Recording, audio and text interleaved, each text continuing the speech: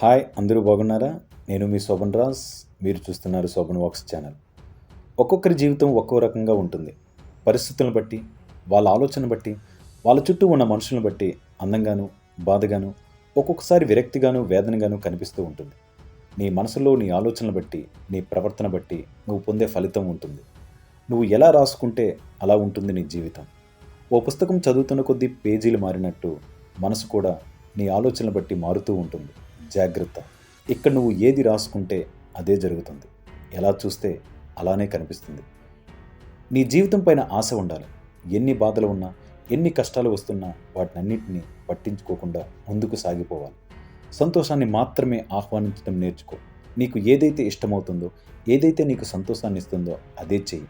ఎప్పుడైతే నీ కోసం నువ్వు కాకుండా పక్క వాళ్ళ కోసం బతకడం ప్రారంభిస్తావో అప్పుడే నీ సంతోషం ఆవిరైపోతుంది. నీ మీద నీకున్న నమ్మకం పూర్తిగా చచ్చిపోతుంది. ఒక రోజులో అయిపోయే జీవితం కాదు. నువ్వు సంతోషంగా ఉండాలి. నీ చుట్టూ 10 మందిని సంతోషంగా ఉంచాలి. నువ్వు ఎప్పుడైతే ఎనర్జీగా ఉంటావో అప్పుడే నీ వల్ల నువ్వు కాపాడుకునే శక్తి నీకు ఉంటుంది. నిన్ను నువ్వు నమ్మి బ్రతుకు. నీ మీద నమ్మకాన్ని పెంచుకో. ముందు నీ గురించి నువ్వు బాగా ఆలోచించు.